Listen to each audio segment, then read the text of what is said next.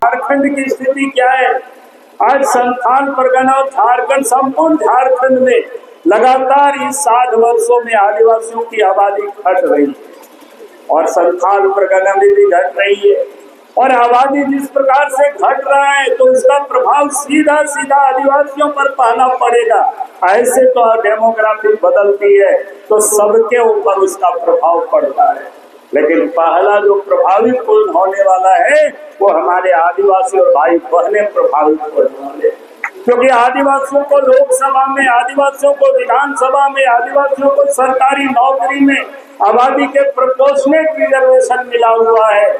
अगर आबादी ये घट रही है तो उसी प्रोपोर्शनेट उसका विधान लोकसभा की सीटें भी घट जाएगी, विधानसभा की सीटें भी घटेगी और सरकारी सेवाओं में भी जो 26% है वो भी घट जाएगा। तो आखिर ये हुआ कैसे इसका? तो इसका एक डेमोग्राफी का एक नजर थोड़ी सी आप सब लोगों को मैं बताना चाहूंगा कि झारखंड प्रदेश में जहाँ 1951 में 35.38% आदिवासी थे, आज 2011 में जब सेंसस हुआ तो 26% मात्र बचे। यानी कितनी आबादी कम हो गया? 35 से लेकर के 26 में आकर के अटक गए। वहीं पर दलित की आबादी 8.41% थे, वो 12% चला गया, 12.8 चला गया। और ईसाई की आबादी 4.12 था, वो 4.30% है। तो मुस्लिम की आबादी 8.9% थे, वो 14.53%।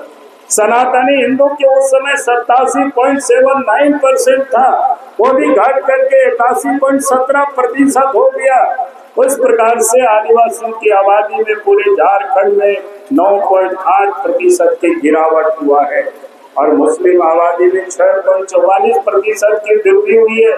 हिंदू आबादी में भी 6.62% की गिरावट आई है। और संथाल परगना में 1951 में जहां आदिवासियों की आबादी 44.67% था, वहीं मुस्लिम आबादी 9.44% था 1951 में। लेकिन 2011 में संथाल परगना में 28.11% आदिवासी रहे, यानी वो भी वहां भी घट गए, यहाँ तो बेहताशा घटी है। और मुसलमानों की आबादी 22.73% हो गया और अन्य लोगों की जो आबादी 46% थे वो मुश्किल से 49% बढ़ा, यानी 3% बढ़ा। अब इसलिए मैं इस बात को कह रहा हूँ, मैं ये कह रहा हूँ कि भाई इसके लिए सरकार से हम लोग यही मांग करते हैं कि भाई आप SIT गठित करिए, जांच कराइए, आखिर ये आदिवासियों की आबादी लगातार कैसे कम हो रही है।